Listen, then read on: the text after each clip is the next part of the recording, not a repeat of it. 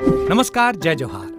क्या आप भी गवर्नमेंट एग्जाम्स की तैयारी करना चाहते हैं? क्या आप भी मेमोरी टेक्निक्स और ट्रिक्स के जरिए बहुत ही कम समय में स्मार्ट स्टडी करना चाहते हैं? क्या आप चाहते हैं कि सीजी व्यापम टॉपर आपको पढ़ाए? तो डाउनलोड करिए योगेंद्र साहू क्लासेस ऐप। यहाँ 10 से अधिक गवर्नमेंट एग्जाम्स क्रैक करने वाले और सीजी व्यापम टॉप करने वाले योगेंद्र सर CGPSC और सीजी व्यापम के अंतर्गत होने वाले सभी एग्जाम्स की तैयारी कराएं। तो डाउनलोड करिए Yogendra Sahu classes app to be the best, learn from the best.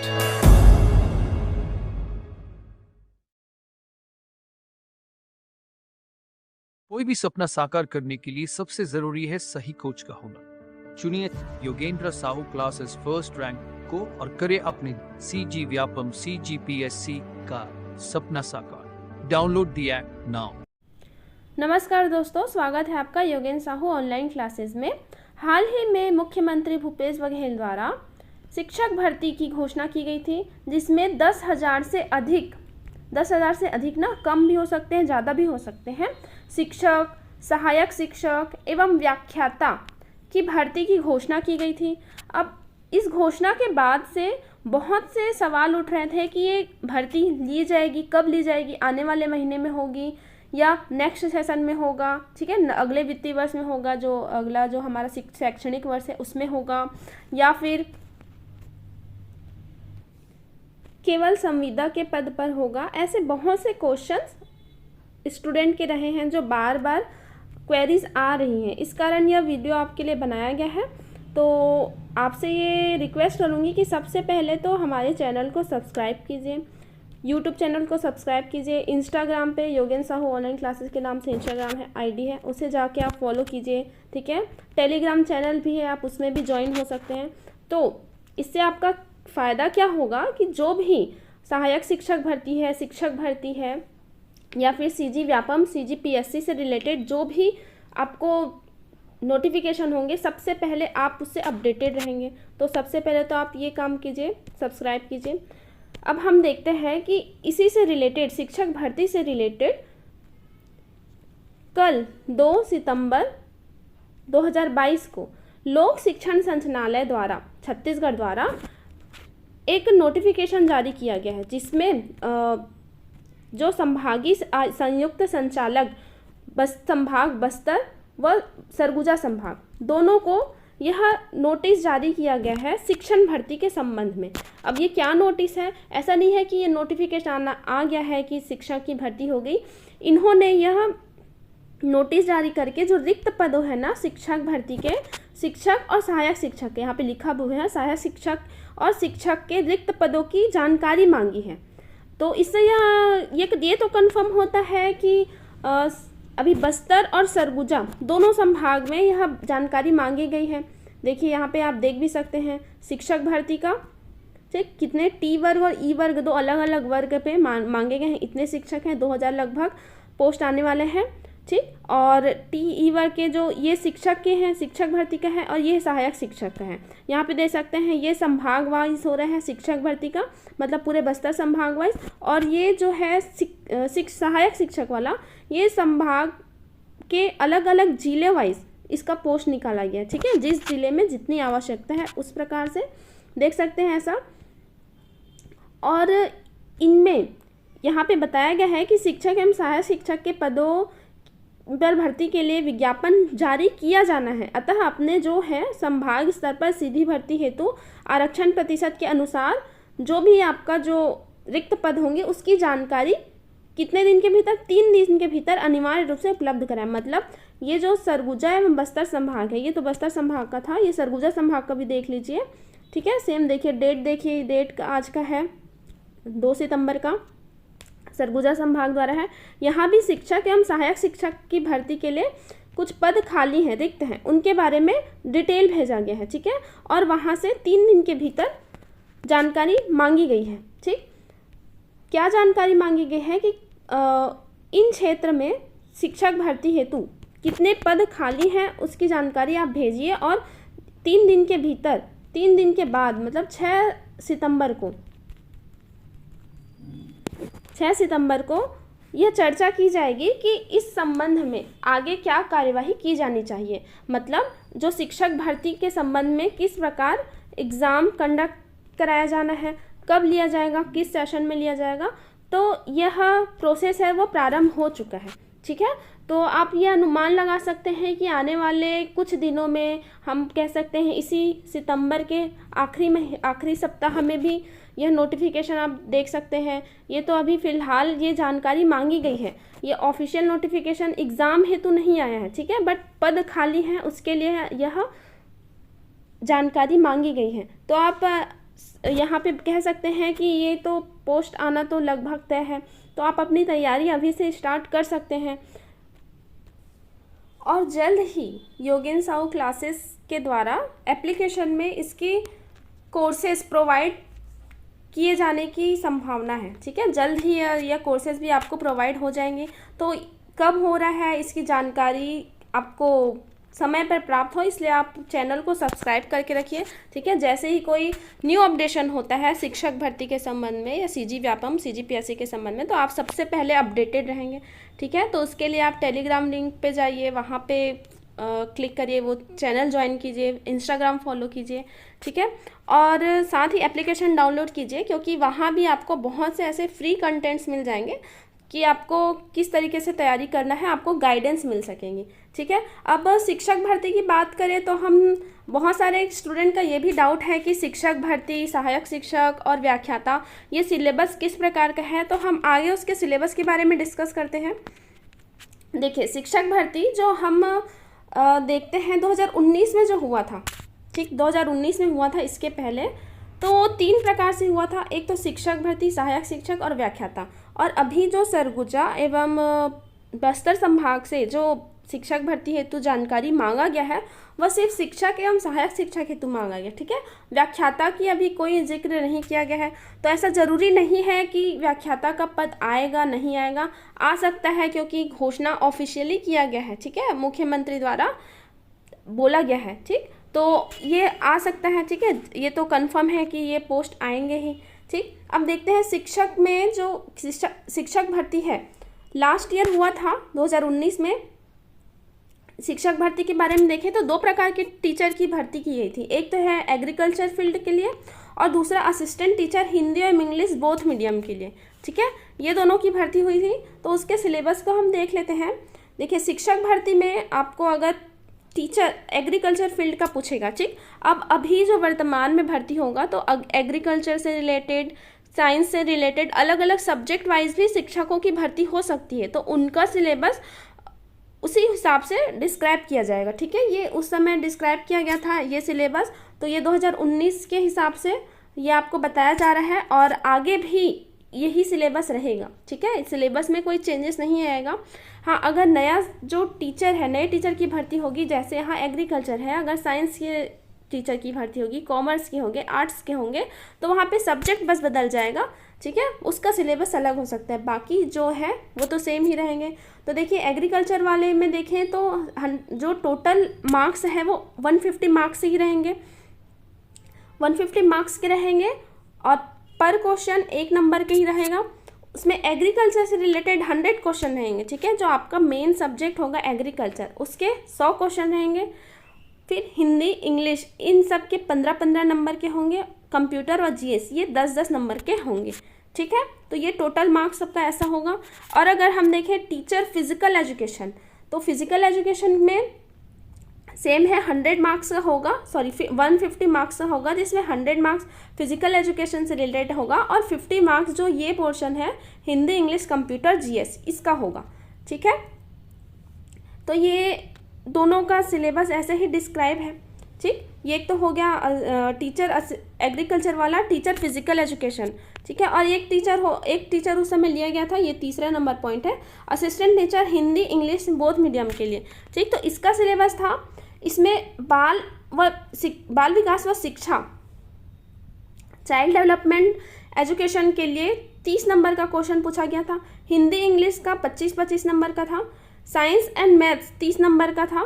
ठीक है, सामाजिक अध्ययन जिसके अंतर्गत हिस्ट्री और कॉन्स्टी, भारतीय इतिहास व भारतीय संविधान सम्मिलित है, 20 नंबर का। और कंप्यूटर व जनरल नॉलेज, ठीक है, वो 10-10 नंबर के पूछे गए थे। ठीक, तो आने वाले एग्ज़ाम में भी सेम ही सिलेबस फॉलो करेगा, तो इसमें तो कोई चेंजेस नहीं होगा। ठीक है, तो ये तो हुआ हमारे शिक्षक की बात, शिक्षक भर्ती की बात। ठीक, अब देखते हैं सहायक शिक्षक भर्ती।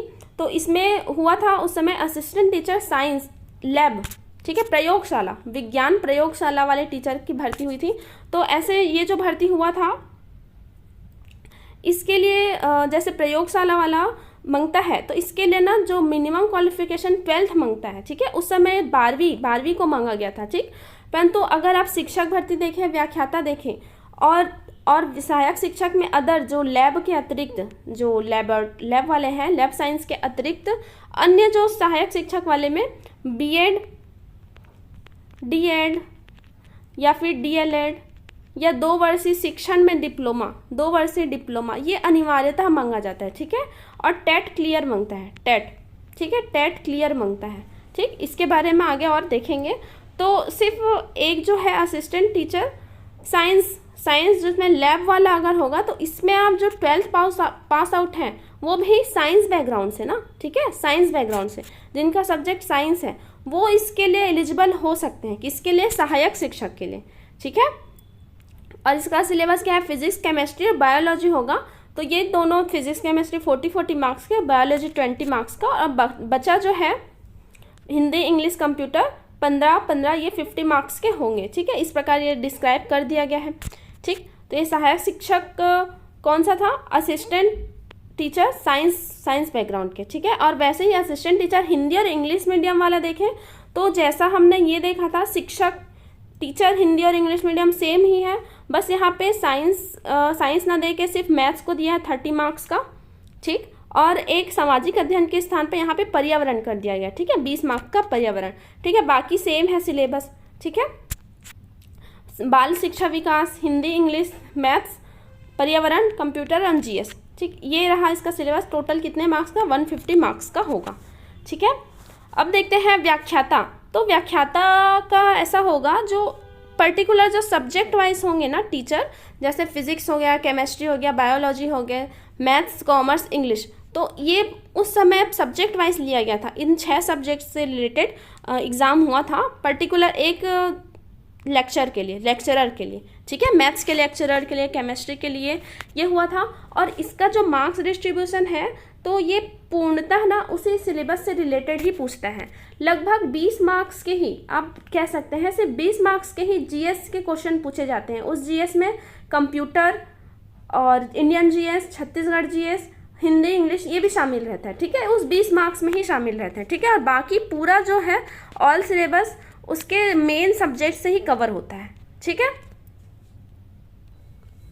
तो ये तो हुआ हमारे शिक्षक, सहायक शिक्षक और व्याख्याता भर्ती के संबंध में कुछ इम्पॉर्टेंट बात कि किस प्रकार से उसका सिलेबस डिस्क्राइब किया गया है। अब हम इसके एलिजिबिलिटी की भी बात करेंगे, कौन कौन इस एग्ज़ाम को अपीयर कर सकता है। ठीक है, उससे पहले हम आपको बताना चाहेंगे कि योगेंद्र साहू क्लासेस में इस संबंध में सहायक शिक्षक के संबंध में जल्द ही क्लासेस स्टार्ट किए जाने की संभावना है, किए जाने का अभी प्रयास चल रहा है। ठीक है, तो यहाँ पे आपको एक्सपीरियंस फैकल्टी द्वारा पढ़ाया जाएगा। ठीक है, टीचर भर्ती के हेतु। साथ ही आपको करंट अफेयर्स की क्लासेस भी प्रोवाइड किए जाएंगे। ठीक है, एप्लीकेशन में होगा ये। ठीक है, तो ये जल्द ही तैयार किया जा रहा है, ये वर्क इन प्रोग्रेस है, इसलिए आपको बस अपडेट कर दिया जाएगा कि जब ये रेडी होगा ना तो आपको तुरंत अपडेट कर दिया जाएगा कि कब से क्लासेस स्टार्ट होंगी करंट अफेयर्स की और ये जो टीचर हैं उसकी। ठीक है, अब कुछ स्टूडेंट का सवाल ये रहता है कि क्लासेस कौन लेने वाला है, तो बहुत ही एक्सपीरियंस फैकल्टी द्वारा आपको पढ़ाया जाएगा।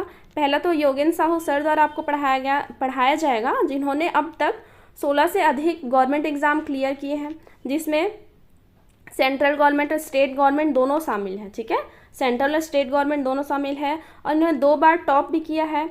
ठीक, एक बार 2022 में, अभी हाल ही में पूरे छत्तीसगढ़ में टॉप रैंक पे आया था, फर्स्ट रैंक पे आया था। और CGPSC, हाल ही में CGPSC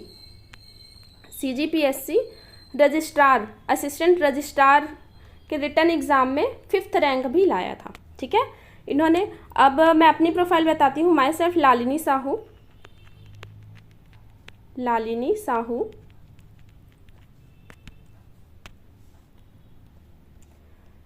मैंने 4 बार CGPSC प्री क्लियर किया है, मेंस का रिटर्न एग्ज़ाम दिया है 4 बार। ठीक है, मेंस रिटर्न एग्ज़ाम दिया है, और हाल ही में 3 government exam, state government exam clear किया है। ठीक है, स्टेट गवर्नमेंट एग्ज़ाम क्लियर किया है, जिसमें एक एग्ज़ाम 2022 वाले में मैंने टॉप 10 में अपना नाम लाया है और 9th रैंक हासिल किया है। ठीक है, तो ये था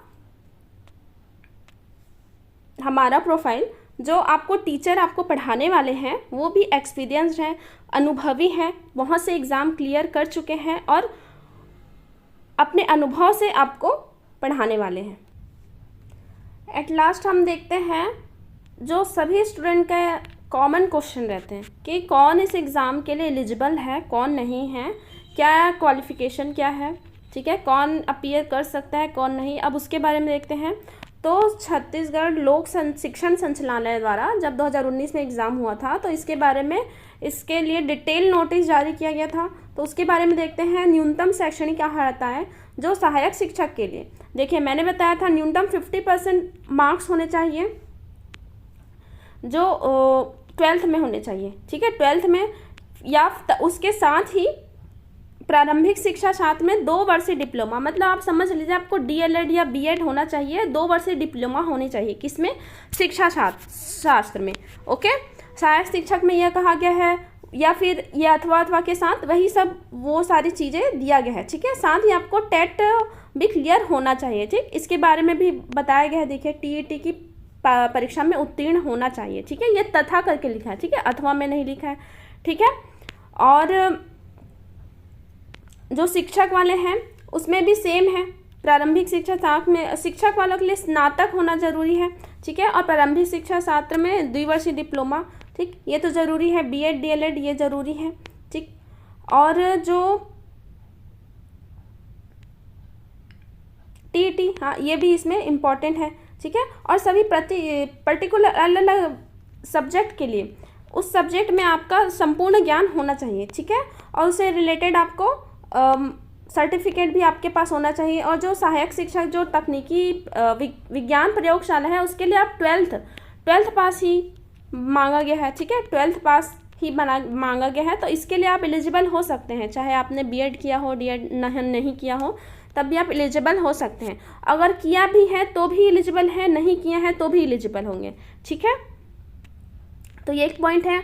और व्याख्याता से रिलेटेड अभी तो खैर सरगुजा और बस्तर संभाग वाले में इसके बारे में कोई जानकारी नहीं दिया है, परंतु उससे रिलेटेड भी बताया गया था कि किसी भी जो मान्यता प्राप्त संस्थान में द्वितीय श्रेणी में किसी भी एक विषय पर जो स्नातकोत्तर मतलब आपको PG मांगा था। ठीक है, व्याख्याता के लिए आपको पोस्ट ग्रेजुएट होना अनिवार्य है तथा BEd भी होना चाहिए। ठीक है, पोस्ट ग्रेजुएट PG होना चाहिए और BEd होना चाहिए। ठीक है, तो व्याख्याता के लिए थोड़ा ज़्यादा क्वालिफिकेशन है कि लेक्चरर का पोस्ट है ना, इसलिए।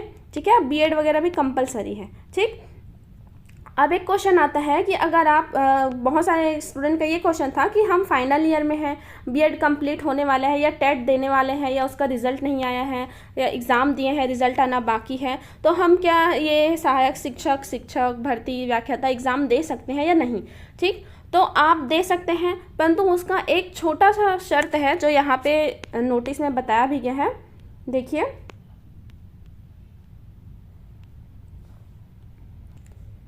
ये 7 नंबर का पॉइंट पढ़िए। अभ्यर्थी को आवश्यक न्यूनतम शैक्षणिक अर्हता एवं अन्य प्रमाण पत्र व्यापन द्वारा परीक्षाफल जारी होने की तिथि अथवा उसके पूर्व प्राप्त करना अनिवार्य है। ठीक, व्यापन द्वारा परीक्षाफल जारी होने की तिथि के पश्चात प्राप्त अर्हता प्रमाण पत्र मान्य नहीं होंगे। इसका मतलब ये है कि अगर आप BEd कर रहे हैं या ग्रेजुएशन कर रहे हैं और अंतिम वर्ष में हैं, ठीक है, उसके पहले आपका ये जो शिक्षक भर्ती का एग्ज़ाम हो जाता है। ठीक, तो आप दिला सकते हैं, एग्ज़ाम दिला सकते हैं, परंतु आपका जो BEd है उसका रिजल्ट इस शिक्षक भर्ती के रिजल्ट से पहले आना चाहिए और आप उसमें उत्तीर्ण होने चाहिए। ठीक है, समझ आया। आप चाहे कोई भी कोर्स कर रहे हो, आप चाहे ग्रेजुएशन कर रहे हो या PG कर रहे हो, ठीक है, आपने बीएड किया हुआ है, ग्रेजुएशन कर रहे हैं, पीजी कर रहे हैं, परंतु शिक्षक भर्ती एग्ज़ाम होने के बाद उसके रिज़ल्ट आने से पहले, इसके रिज़ल्ट आने से पहले आपका ये रिज़ल्ट आपके हाथ में होना चाहिए। ठीक है, ये रिज़ल्ट आपके हाथ में होना चाहिए, तभी आप एलिजिबल होंगे। ठीक है, ये साफ साफ यहाँ पे लिखा हुआ है। ठीक है, ये 7 नंबर पॉइंट में ये लिखा हुआ है। ठीक, तो यहाँ पे कोई डाउट नहीं रखना है कि अगर हम एग्ज़ाम मतलब शिक्षक भर्ती एग्ज़ाम के लिए अपीयर हो रहे हैं और हम साथ साथ टेट का भी दे रहे हैं तो होंगे नहीं होंगे, तो यहाँ पे साफ साफ क्लियर कर दिया है कि अगर शिक्षक भर्ती आप एग्ज़ाम क्लियर हो जाता है, आप पास हो जाते हैं, उससे पहले आपके पास सभी प्रमाण पत्र होने चाहिए। ठीक है, उसके पहले की तिथि के होने चाहिए। और जैसे अभी एक और क्वेश्चन था कि अभी टेट का एग्ज़ाम, सीजी टेट का एग्ज़ाम 18 सितंबर को होने वाला है। ठीक है, तो क्या हम ये वाला एग्ज़ाम देंगे, उसके बाद शिक्षक भर्ती का आ गया तो वो एग्ज़ाम दे सकते हैं कि नहीं? तो बिल्कुल दे सकते हैं, क्योंकि ये जो दोनों एग्ज़ाम हैं जो सीजी व्यापम द्वारा ही कंडक्ट किया जाएगा। ठीक है, तो उन्होंने इस प्रकार से इसका शेड्यूल किया हुआ है कि टेट का एग्ज़ाम देने वाले भी जो आने वाले सहायक शिक्षक के एग्ज़ाम दिला सकें। ठीक है, तो इतना तो कंफर्म है कि जो टेट का रिज़ल्ट है सहायक शिक्षक एग्ज़ाम के रिज़ल्ट से पहले आ जाएगा। ठीक, तो दोनों की तैयारी आप अच्छे से रखिए ताकि आप टेट भी क्लियर कर सकें, और साथ ही अगर टेट का रिज़ल्ट नहीं भी आया है तब भी आप सहायक शिक्षक की तैयारी कर सकें, और मतलब सहायक शिक्षक व्याख्याता की तैयारी कर सकें और उसे पास आउट कर सकें। ठीक है, तो ऐसा अब कोई डाउट तो नहीं होगा मेरे ख्याल से। मैंने सारे डाउट जो कॉमन डाउट्स हैं सभी के बारे में यहाँ पे आंसर किया है। ठीक है, और अगर आपको और कोई जानकारी चाहिए तो आप बस हमारे चैनल से जुड़े रहिए, जैसे ही कोई नया इन्फॉर्मेशन आता है आपको तुरंत अपडेट करा दिया जाएगा। ठीक है, थैंक यू। नमस्कार, जय जोहार, जय छत्तीसगढ़। हमारे लोगन सब एक और राज्य सरकार सफल हुई।